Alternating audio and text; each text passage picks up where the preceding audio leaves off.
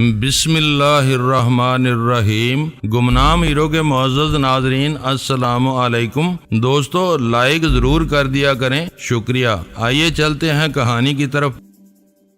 گزشتہ 8 دنوں میں اس نے اپنی ساری جمع پونجی یا تو دردانہ کے لیے تحفے خریدنے پر صرف کی تھی یا اسلحہ خریدنے پر۔ اس نے ایک پستول حاصل کیا اور ایک عمدہ قسم کی ولایتی اسٹین گن۔ اس کے علاوہ اس نے بہت سی گولیاں اور کارتوس بھی جمع کر لیے تھے۔ وہ سب چیزیں اس نے ناجائز طور پر حاصل کی تھیں، مگر وہ کہتا تھا کہ وہ ایک بھیڑیے سے مقابلے کی تیاریاں کر رہا تھا۔ اس عرصے میں اس نے چھپ چھپا کر نشانہ بازی کی بھی مشق کر لی۔ دردانہ کے ساتھ رات گزار کر جب وہ صبح اٹھا تو اس نے غنی تندبال کو پیغام بھیجا کہ وہ آ کر اپنی بہن کو لے جائے اور باقاعدہ جہیز کے ساتھ رخصت کرے۔ نکاح نامے کی ایک نقل بھی اس نے اس بڑھیا کے ہاتھ بھیج دی جو اس کا پیغام لے گئی تھی۔ غنی تندبال نے وہ پیغام سنا تو خونخوار درندے کی طرح گراتا ہوا صادق علی کے مکان کی طرف لپکا۔ دروازہ صادق علی کی ماں نے کھولا۔ غنی تندبال نے 2 گولیاں اس کے سینے میں اتار دیں۔ یہ سب سے بڑی قیمت تھی جو صادق علی کو دردانہ کے لیے ادا کرنا پڑی۔ غنی تندبال کے ساتھ اس کے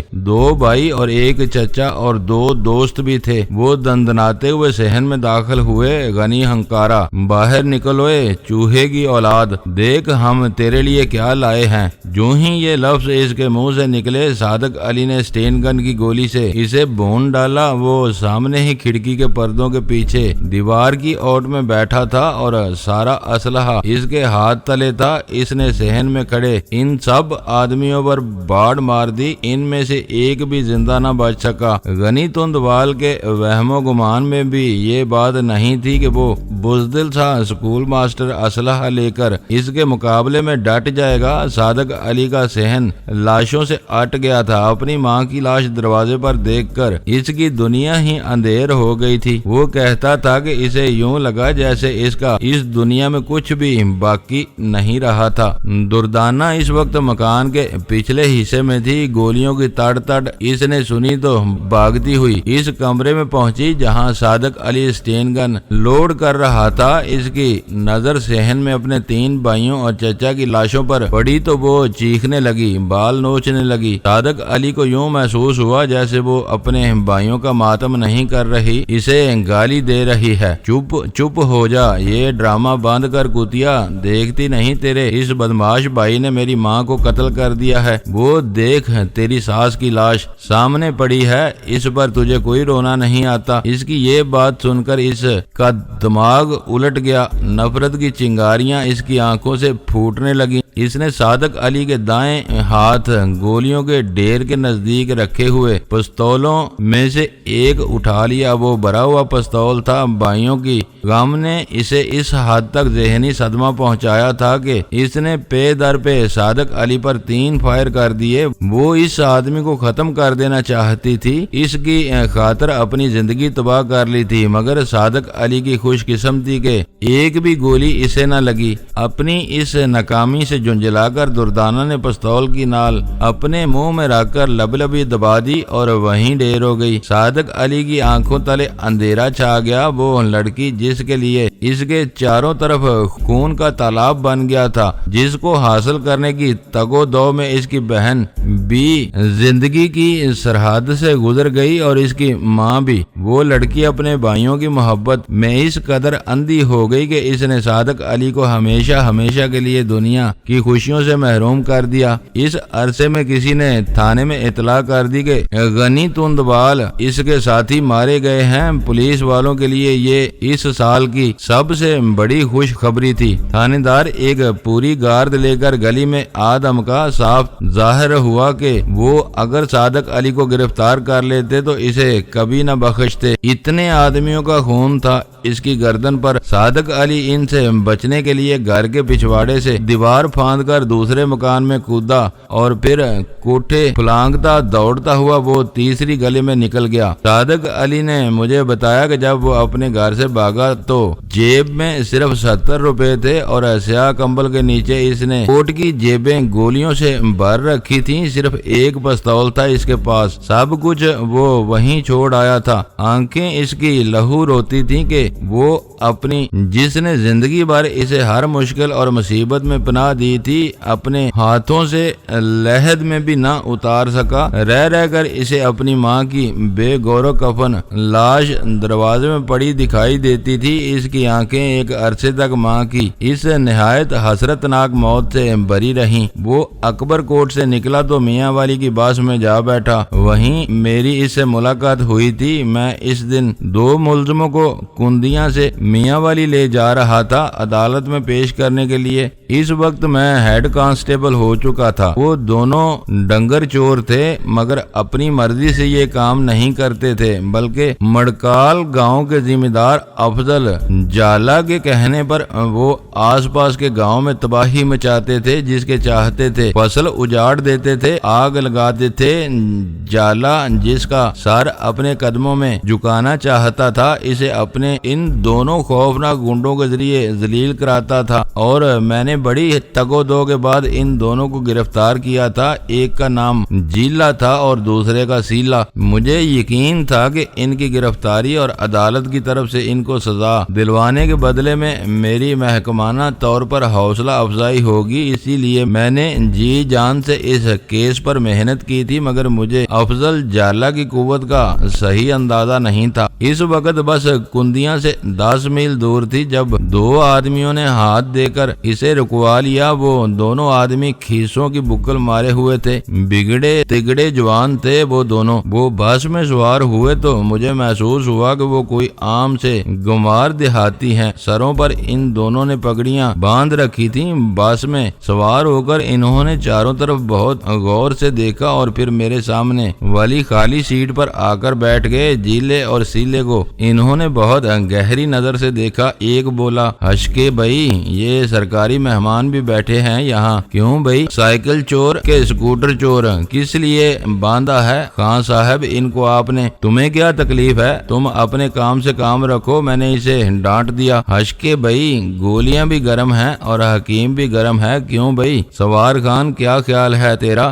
لگ جائے پراٹھا پھر ابھی نہیں بھائی، پراٹھے تو تیرے پنڈ جا کر لگیں گے۔ لے تو سرگٹ چکھ ذرا شرفو میرے یار۔ سوار خان بولا، وہ دونوں ترنگ میں تھے۔ آپ بھی چکھیں سرگٹ خان صاحب، ولایتی سرگٹ ہے، لو چکھو۔ اس نے سرگٹ میری طرف بڑھایا مگر میں نے اس کا ہاتھ پرے جھٹک دیا۔ ان کی باتیں سن کر مجھے طیش آنے لگا تھا۔ میں تو انہیں عام سے گنوار دیہاتی سمجھا تھا مگر وہ دونوں بہت پہنچے ہوئے بزرگ دکھائی دے رہے تھے۔ میں نے ان سے بیزار ہو کر بڑے غصے سے منہ دوسری طرف پھیر لیا۔ اس پر شرفو بولا، گورنمنٹ تو ناراض معلوم ہوتی ہے مگر یار بندی اندانو تم ہی پیو، پتہ نہیں تمہاری تقدیر میں آگے کیا لکھا ہے۔ لو چکھو ذرا۔ کیا نام ہے سوار خان اس سرگٹ کا؟ اکبر مجھے اس کا نام بتا رہا تھا، کہتا تھا باڑے سے لایا ہوں۔ راتھ بان، ہاں راتھ بان بتا رہا تھا اس کا نام۔ چل دفع کر نام کو، تو کش لگا اور ان کو بھی دیکھ،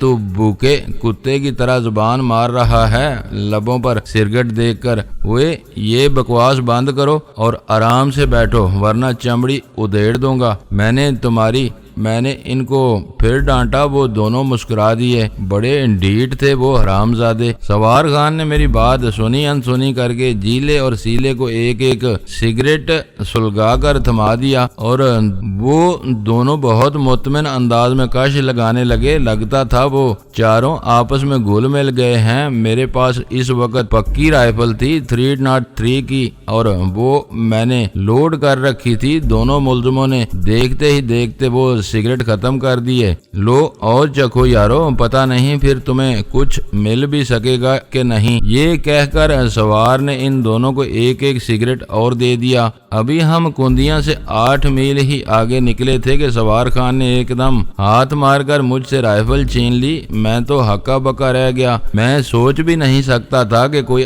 آدمی پولیس کے سپاہی سے بس میں بیٹھ کر ایسی حرکت بھی کر سکتا ہے۔ رائفل لوڈ تھی۔ ابھی میں اپنی حیرت پر قابو بھی نہ پا سکا تھا کہ شرفو نے مجھ پر پستول تان لیا۔ بس روکو یہاں اپنی ماسی کو۔ سوار خان نے اٹھ کر رائفل کی نالی کا رخ ڈرائیور کی طرف کر دیا۔ ڈرائیور بیچارہ خوفزدہ ہو گیا، مگر اس کا کنڈکٹر صورتحال کو پوری طرح نہ سمجھ سکا۔ وہ ایک دم سوار خان کی طرف لپکا، مگر ابھی وہ اس تک نہیں پہنچ سکا تھا کہ کسی نے راستے میں اڑنگا دے کر اسے بس کے فرش پر گرا دیا۔ اس کے ساتھ ہی ڈز کی آواز پیدا ہوئی۔ سوار خان نے ڈرائیور پر گولی چلا دی تھی، مگر اس کا نشانہ ذرا چوک گیا۔ گولی ڈرائیور کا بازو چومتی ہوئی نکلی اور بس کا شیشہ توڑ گئی۔ ڈرائیور نے بے بس ہو کر بس روک لی۔ چل لوئے، اٹھ ماں کے چھنکنے، چل نیچے، تم دونوں بھی اترو یارو جلدی۔ سوار خان نے مجھے للکارا۔ اس کے ساتھ ہی سیلا اور جیلا مجھے بازوؤں سے پکڑ کر گھسیٹتے ہوئے بس کے دروازے کی طرف بڑھے۔ میں ان کے ہاتھوں میں کھلونے کی طرح پچک کر رہ گیا۔ وہ سب مسلح تھے اور میری جان سخت خطرے میں تھی۔ خبردار، اگر کسی نے حرکت کی تو گولی مار دوں گا۔ سوار خان نے خوفزدہ آواز میں بس کے مسافروں کو دمکایا اور اس کے ساتھ ہی ان لوگوں نے دھکا دے کر مجھے بس سے باہر پھینک دیا۔ جس پیٹی کے ساتھ ان دونوں کی ہتھکڑیاں بندی تھیں وہ بھی انہوں نے اتار لی تھی۔ تب میں سمجھا کہ افضل جالہ نے جیلے اور سیلے کو چھڑانے کے لیے شرفو اور سوار خان کو میرے پیچھے بھیجا تھا۔ ان کا ایک اور ساتھی پہلے ہی بس میں بیٹھا تھا اور اسی نے کنڈکٹر کو اڑنگا دیا تھا۔ وہ سب بس سے اتر چکے تو سوار خان نے رائفل کا بٹ مار کر بس کی کھڑکی کا ایک شیشہ زبردست دھماکے سے توڑ دیا۔ پھر گرج کر بولا، جا اوے کتی کے پتر، لے جا اب اس ماسی کو، جلدی سٹارٹ کر اسے۔ ڈرائیور نے اس کی یہ بات سنی تو فوراً ہی پہلے گیئر میں ڈال کر بس کو بگاتا ہوا دور لے گیا۔ اب وہ پانچوں مجھے گھیرے میں لے کر کھیتوں کی طرف دھکیل رہے تھے۔ بس دیکھتے ہی دیکھتے موڑ کاٹ کر نظروں سے اوجھل ہو گئی۔ سارا منظر بدل گیا تھا۔ اب دور دور تک کوئی آدمی نظر نہیں آتا تھا اور ان پانچوں کے تیور ایسے تھے جن سے صاف معلوم ہوتا تھا کہ وہ مجھے قتل کر دیں گے۔ دائیں ہاتھ مکئی کے کھیت تھے۔ یہ اونچے اونچے ٹانڈوں والی مکئی یہاں سے وہاں تک پھیلی ہوئی تھی۔ سب سے زیادہ تکلیف دہ رویہ سوار خان کا تھا۔ وہ ٹھہر ٹھہر کر میرے منہ پر تمانچے مار رہا تھا، کبھی پیچھے سے لات جما دیتا، کبھی میری گدی میں دول مار دیتا۔ وہ اپنے کسی پرانے زخم کا حساب چکا رہا تھا جو اسے کسی پولیس والے کے ہاتھوں لگا تھا، مگر اس کی ہر ضرب مجھے بلائے دیتی تھی۔ بہت سخت ہاتھ تھا اس کا اور میں بلا کہاں عادی تھا اس قسم کی مار کا۔ میں نے تو پولیس میں بھرتی ہونے کے بعد حکومت ہی کی تھی، مارا ہی تھا لوگوں کو۔ مار کیا چیز ہوتی ہے اس کا تو مجھے قطعاً کوئی اندازہ نہیں تھا۔ یار میرا خیال ہے سیلے جیلے تم یہ دونوں فوراً یہاں سے نکل جاؤ، ہم آ جائیں گے بعد میں، ابھی تو ہمیں اس کا بھی ٹنٹا ختم کرنا ہے، پھر ادھر لدڑ کے پاس بھی جانا ہے۔ بڑا زوردار پروگرام بنا رکھا ہے اس نے آج رات کے لیے۔ کیوں بھائی شرفو، ٹھیک ہے کہ نہیں؟ ہاں بھائی، ہمارا یہ کام تو پورا ہو گیا۔ کھول دے ان کی یہ ہتھکڑیاں اور اس کی وردی اتار کر جیلے کو دے دے، کبھی کام ہی آ جائے گی ہمارے۔ یہ شرفو کی تجویز تھی۔ میں تو سر پیٹ کر رہ گیا۔ میں نے دل میں کہا، حرامزادو، تمہارے ہاتھوں میری یہ درگت بھی بننا تھی، یہ ذلت بھی لکھی تھی میرے تقدیر میں، مگر مرتا کیا نہ کرتا۔ میں چپ چاپ ان کی یہ زیادتی بھی سہ گیا۔ جرسی اور بوٹوں سمیت انہوں نے میرے تمام کپڑے میرے جسم سے الگ کر لیے۔ اب میں ان کے سامنے ایک نکر میں برہنہ کھڑا تھا اور وہ مجھے وہاں مکئی کے کھیت میں اپنے سامنے ننگا دیکھ کر ہنس رہے تھے، ایک دوسرے سے فحش مذاق کر رہے تھے۔ میں اس ذلت کو کبھی نہ بھول سکوں گا جیلانی میاں، خدا کی قسم وہ بدترین دن تھا میری زندگی کا۔ پھر یوں ہوا، ان لوگوں نے میرے دونوں ہاتھ میری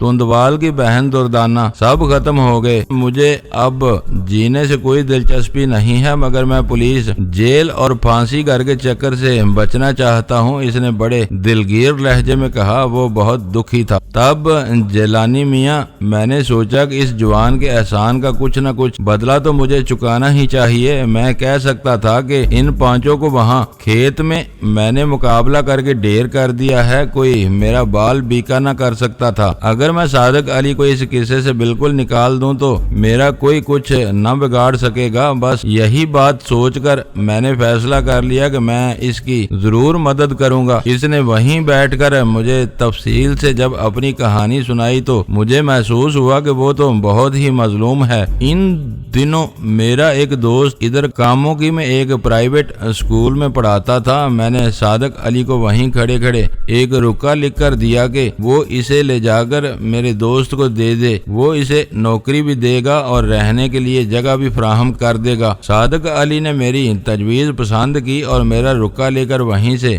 مجھ سے رخصت ہو گیا، مگر وہ سیدھا کاموں کے نہیں پہنچا۔ وہ پہلے لاہور گیا، وہاں سے اس نے ایک خاص قسم کا تیزاب لیا، اس میں کچھ چیزیں اس نے خاص تناسب سے ملائیں۔ مجھے اس نے بہت بعد میں ایک ملاقات کے دوران بتایا کہ وہ نسخہ اس نے ایک حکمت کی کتاب میں دیکھا تھا۔ اس کے مطابق اس نے ایک خاص قسم کی دوا تیار کی، پھر وہ دوا اس نے خاص طریقے سے اپنے چہرے کے کچھ حصوں پر، ہاتھوں پر، پیٹ پر اور ٹانگوں پر اس طرح ملی کہ جہاں جہاں وہ دوا لگی ہے وہیں وہیں اس کی جلد جل گئی اور نیچے سے جلد کی دوسری پرت یوں اوپر آئی کہ دیکھنے والے یہی سمجھتا تھا کہ ماسٹر صادق علی کو برس کا مرض ہے۔ اس طرح اس نے اپنا حلیہ کچھ یوں تبدیل کر لیا کہ زندگی بھر کے لیے وہ پولیس کی نظروں سے اوجھل ہو گیا۔ اپنا چہرہ بدل کر جب وہ کاموں کی پہنچا تو میرے دوست نے اسے یہاں کمال پور بھیج دیا۔ یہ مکان میرے دوست کا جدی پشتی مکان ہے، وہ اسے غیر آباد نہ رکھنا چاہتا تھا۔ اس نے سوچا کہ کیوں نہ یہاں صادق علی کو آباد کر دے، سو یہی ہوا۔ صادق علی یہاں آ کر رہنے لگا۔ ایک روپوش کی حیثیت سے اس نے یہاں اپنی پوری زندگی چپ چاپ گزار دی، یہاں تک کہ اس گاؤں کے لوگ اس کی شرافت اور دیانت کی قسم کھاتے تھے۔ یہی وجہ ہے کہ جب آرسی نے اپنی بیٹی کی بپتا مجھے سنائی تو میں نے فیصلہ کر لیا کہ زینو کو قانون کی چکی سے نکال کر صادق علی کی چھت تلے بٹھا دوں گا۔ اسی لیے میں زینو کو یہاں چھوڑ گیا تھا، مگر اب جو کچھ تم نے بتایا ہے جیلانی، یہ سب میرے لیے بے حد تکلیف دہ ہے۔ میں چاہتا ہوں کہ چودھری کو پھانسی کے تختے تک پہنچا دوں۔ یہ کچھ بھی مشکل نہیں ہے، آج ہی دونوں کتے پکڑے جا سکتے ہیں۔ ان کا فوری طبی معائنہ ہو سکتا ہے کہ اس پر کس نے ستم توڑا ہے، مگر صادق علی کا جرم تو اسی قابل تھا، اس پر تو کتے چھوڑنے ہی چاہیے تھے۔ یہ کہہ کر وارث علی خلا میں گورنے لگا۔ وہ کسی گہری سوچ میں گم تھا اور زینو ابھی تک واپس نہ آئی تھی۔ پھر اچانک وارث علی کو کچھ یاد آیا، بولا، یار میری سمجھ میں یہ بات نہیں آتی ہے کہ وہ اس طرح مردہ عورتوں کو کیوں ذلیل کرتا تھا۔ شکل تو اس نے اپنی بگاڑ ہی لی تھی، کام بھی اس نے بجوؤں ایسے شروع کر دیے، آخر کیوں؟ میرا خیال ہے کہ وارث علی اسے عورتوں سے نفرت ہو گئی تھی۔ وہ کہتا تھا کہ عورتیں اس قابل نہیں ہوتی ہیں کہ ان سے محبت کی جائے، وہ بہت قیمت مانگتی ہیں اپنے بدن کی۔ عورت چاہتی ہے کہ اس کا عاشق اس پر اپنے ماں باپ، بہن بھائی سب کچھ قربان کر دے۔ بہت اونچی قیمت لگاتی ہے وہ اپنی محبت کی۔ میں تو دے بھی چکا وہ قیمت، مگر پھر بھی محروم ہوں، تو پھر میں لعنت نہ بھیجوں ان عورتوں پر۔ ان سے زیادہ بڑا خسارے کا سودا اور کون سا ہوگا؟ جیلانی میاں، وہ مجھ سے یہی کہا کرتا تھا، اور اس کے تجربے کی روشنی میں دیکھیں تو یہ بات کچھ بھی نصیحت انگیز نہیں رہتی۔ مجھے حیرت ہے جیلانی میاں، وہ بہت بڑی پناہ گاہ تھا میرے لیے اور میری اس بیٹی کے لیے جسے آرسی نے جنم دیا۔ تم نے زینو کو بھی دیکھا ہے اور مجھے بھی، خدا کی قسم کھا کر کہو کوئی فرق دیکھا ہے؟ تم نے ہماری صورتوں میں وہ ہو بہو میری شبیہ نظر آتی ہے، اسی لیے میں اسے موت کی تند و تیز آندھیوں سے بچانے کے لیے یہاں لے آیا تھا۔ صادق علی کی زندگی میں مجھے زینو کے بارے میں قطعاً کوئی تشویش نہیں تھی۔ زینو بھی اس کی بے حد عزت کرتی تھی، مگر اب اس کے سر سے وہ سایہ ہی اٹھ گیا ہے۔ میں اس چودھری کو سزا دلوائے بغیر نہیں رہوں گا۔ خدا کی قسم صادق علی کا مجھ پر بڑا حق تھا، میں اس کی موت رائے گاہ نہ جانے دوں گا۔ میں تمہارے جذبات کی قدر کرتا ہوں وارث علی، مگر یہ بھی تو سوچو کہ میں صادق علی کے قتل کا واحد عینی شاہد ہوں۔ ابھی تک چودھری کو یہ علم نہیں ہے کہ میں اس کے گاؤں میں چھپا ہوں اور صادق علی کے گھر میں رہتا ہوں۔ اس نے رات پہلی بار میری صورت دیکھی تھی۔ اگر معاملہ صادق علی کے قتل کا عدالت تک پہنچا تو تمہیں میری گواہی کی ضرورت ہوگی، جو میں ایک مفرور ہونے کی وجہ سے کبھی نہ دے سکوں گا۔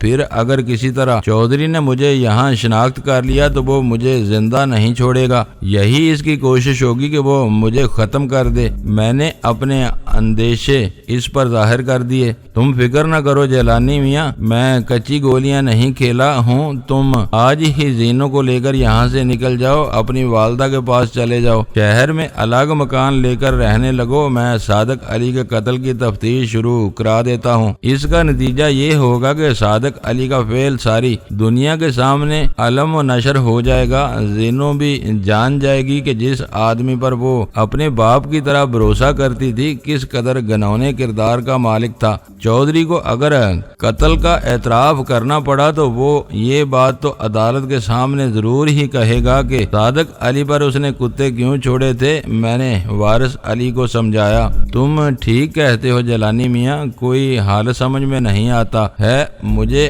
ابھی وہ یہ بات کہہ ہی رہا تھا کہ زینو سامنے کی چھت پر نمودار ہوئی۔ اس نے اپنے باپ کو سامنے دیکھا تو تیزی سے سیڑھیاں پھلانگتی ہوئی نیچے آ گئی اور دوڑ کر وارث علی کے سینے سے جا لگی۔ خون اپنا کرشمہ دکھا رہا تھا۔ آپ کب آئے چاچا؟ میں بس کوئی 2 گھنٹے تو ہو ہی گئے ہوں گے۔ سنا ہے تمہاری سہیلی نورا مر گئی ہے؟ ہاں چاچا، ماری تھی بیچاری، پتہ نہیں کیا ہوا، بس پیٹ میں درد اٹھا تھا، اس کے 4 دن بھی نہ سہ سکی وہ درد۔ ہمیں افسوس ہے بیٹی، وہی تو سہیلی تھی تمہاری اس گاؤں میں۔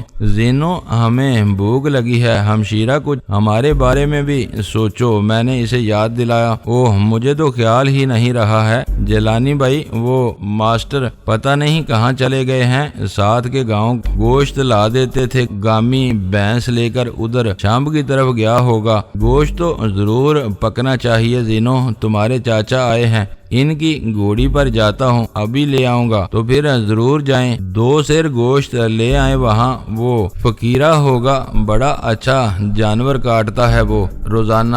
اتنی ساری باتیں معلوم ہیں تمہیں، اس کے بارے میں حیرت ہے۔ لاؤ میں جاتا ہوں۔ کیا لاؤں؟ تھیلا دے دوں آپ کو؟ ہاں تھیلا بھی دے دو۔ یہ کہہ کر میں پلنگ سے اٹھ کر کمرے میں جا گھسا۔ میں نے اوور کوٹ پہنا، اس کے نیچے پستول لٹکایا جس کی پیٹی پر گولیاں عجیب بہار دکھاتی تھی۔ مجھے اب اسلحے سے محبت ہو گئی تھی، اس سے زیادہ انسان دوست اور انسان دشمن چیز اور کوئی نہ ہوگی۔ یہ بچاتا بھی ہے اور تباہ بھی کرتا ہے، مگر ہاتھ اور قسمت کے فرق کی بات ہے، اور یہ اسلحہ اچھی قسمت اور بری قسمت کے درمیان فیصلہ کن لکیر کھینچ دیتا ہے۔ صادق علی میرے لیے بہت عمدہ قسم کی ٹوپیاں لایا تھا۔ ایک ٹوپی میں نے سر پر جمائی، سگریٹ اور لائٹر جیب میں رکھے اور اچھی طرح تیار ہو کر میں باہر نکلا اور وارث علی کی گھوڑی پر بیٹھ کر گوکل پور کی طرف چل دیا۔ وہ پہلا دن تھا کہ میں یوں بے فکری سے باہر نکلا تھا۔ احساس مجھے یہ تھا کہ اپنے عمدہ لباس میں اور اپنی لمبی لمبی مونچھوں اور مشت پر لمبی داڑھی سے جو میں نے قید کے دوران بڑھا لی تھی، نجات حاصل کرنے کے بعد میرا حلیہ یکسر تبدیل ہو چکا ہے، اس لیے مجھے کوئی ہرگز پہچان نہ سکے گا۔ دور دور تک کھیتوں میں ہریالی کی چادریں سی بچھی نظر آتی تھیں۔ وہ بڑا روشن دن تھا، ایسے روشن دن میں نے زندگی میں بہت کم دیکھے ہیں۔ میں بھی اس روز عجیب سی ذہنی آزادی محسوس کر رہا تھا۔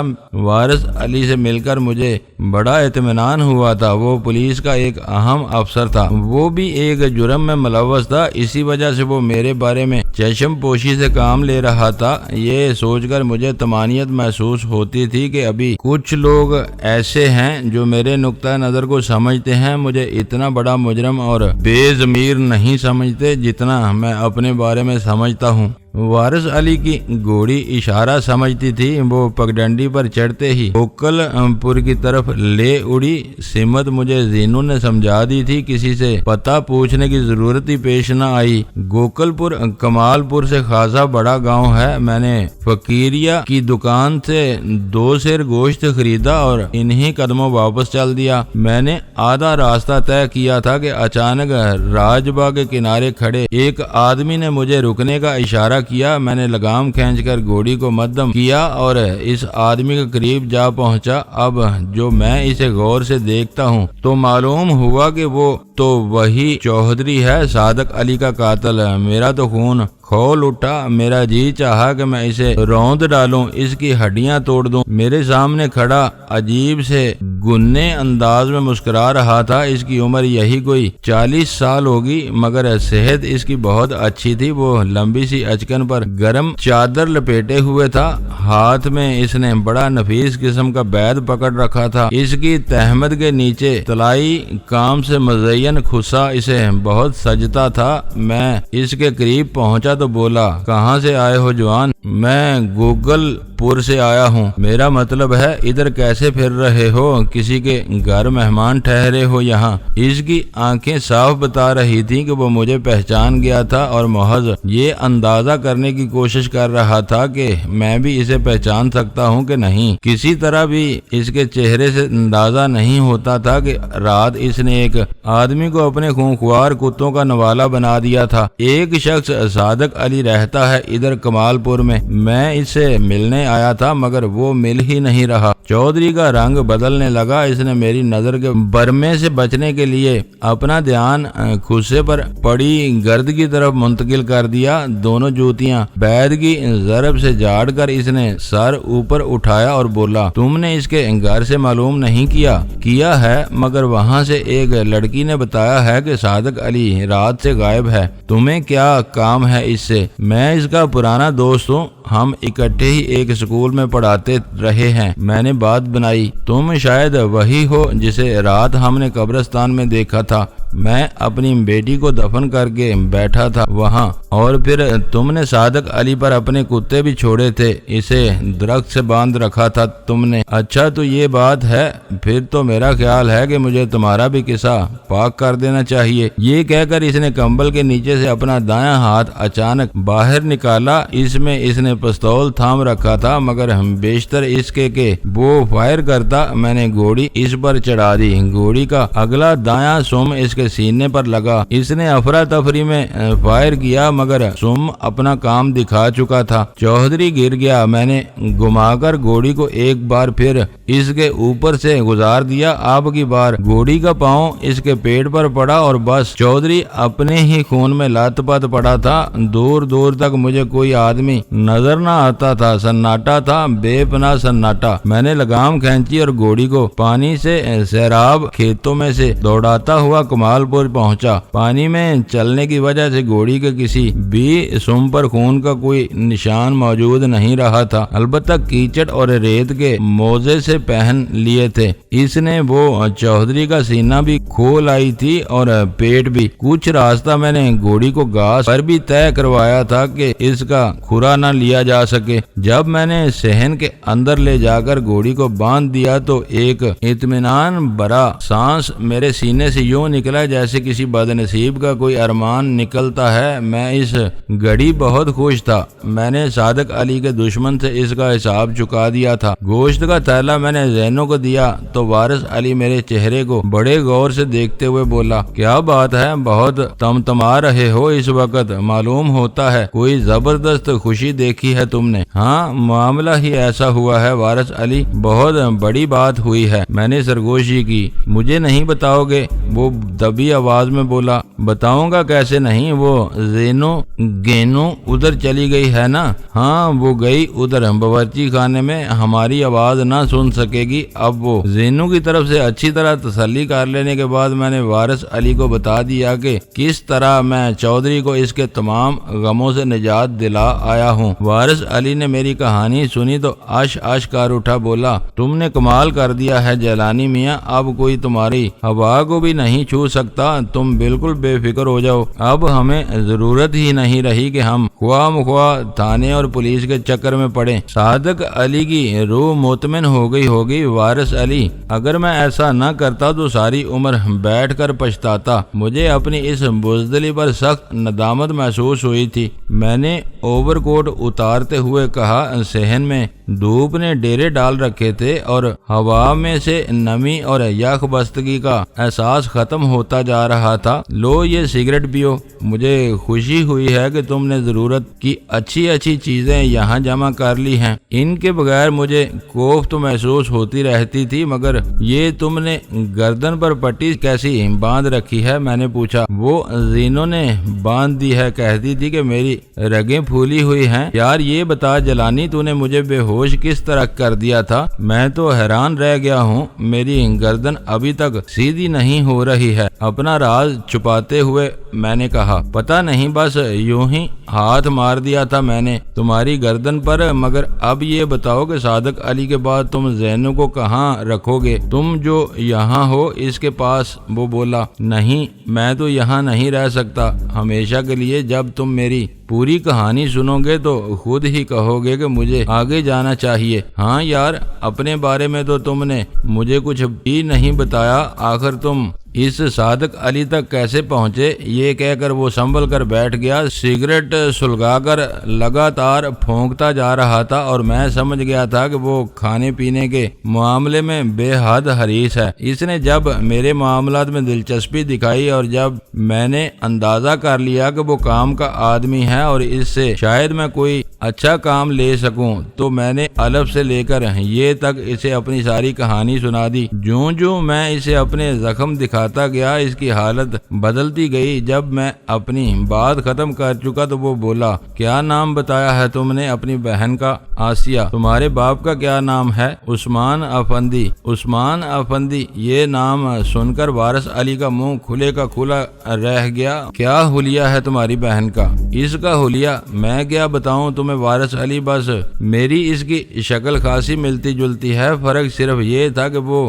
بائیں رخسار پر یہاں نتنے کے قریب یہ بڑا سا سیاہ تل جو بہت بڑا لگتا ہے، اور اس کے اگلے دو دانتوں کے درمیان ایک کھڑکی ہے جو بہت ہی خوبصورت بناتی ہے اس کے دانتوں کو، اور اس کی ٹھوڑی کے نچلے حصے میں یہاں کر کے ایک بھورے رنگ کا داغ ہے۔ وہ وہی تھی، یقیناً وہ وہی تھی۔ کاش میں اسے روک سکتا۔ میں نے وارث علی کو ایک دم گریبان سے پکڑ کر جھنجھوڑ ڈالا۔ تم بتاتے کیوں نہیں ہو کہ کہاں ہے میری بہن اور اسے تم نے دیکھا ہے؟ ورنہ تم اتنی باتیں نہ پوچھتے مجھ سے۔ بتاؤ کہاں ہے میری بہن آسیہ؟ میں ایک دم رونے لگا، میری آواز شدت جذبات سے روند گئی۔ وارث علی نے میری بہن کو دیکھا تھا، اس سے شاید باتیں بھی کی تھی، مگر وہ چپ تھا، کچھ نہیں کہتا تھا۔ بتاتے کیوں نہیں ہو کہاں ہے میری بہن؟ میں نے اس کو پھر جھنجھوڑ دیا۔ بتاتا ہوں، ٹھہرو ذرا دم لینے دو۔ مجھے افسوس